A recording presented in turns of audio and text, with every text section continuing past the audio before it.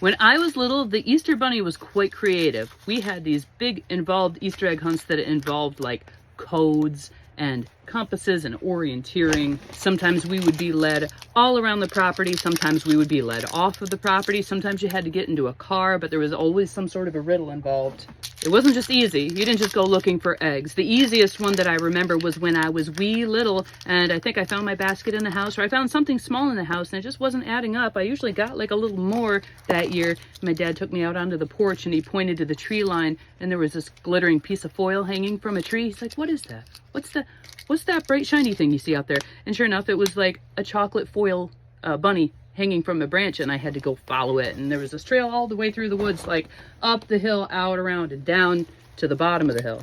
I don't know how that bunny kept coming up with new ideas to make an egg hunt interesting, but I got a few ideas.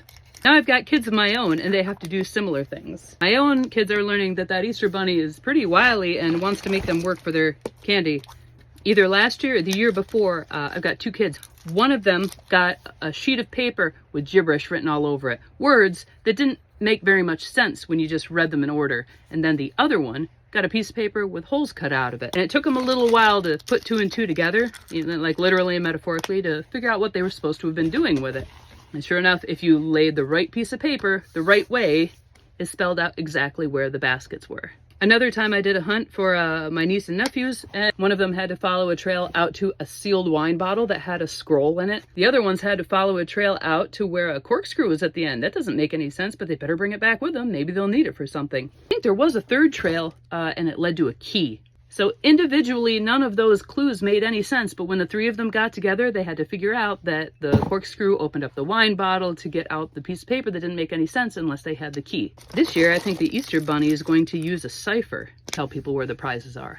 Last year, the Easter Bunny left a message on a skydily, which is a message on a long strip of paper, and it has to be wrapped around a stick of a certain diameter, because if you get the wrong diameter stick, the letters don't line up right. So one kid found the stick, the properly sized stick, and the other kid found the strip of paper. And this time, one child is going to have to find the inside of the cipher, and the other child will find the outside of the cipher. They will also find a clue with one letter that corresponds, and from that they should be able to build the message by turning the wheel appropriately.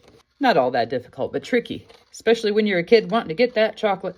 To find what's needed to lock the door, unlock the door, solve the puzzle with all your might. Happy hunting. You found your key, hip hip hooray. But that's not quite all, you see. To find the prize, the key must be complete. At first, they defaulted to YouTube to try to figure out how a cipher wheel works until I reminded them that we have a spy booklet, and that worked better.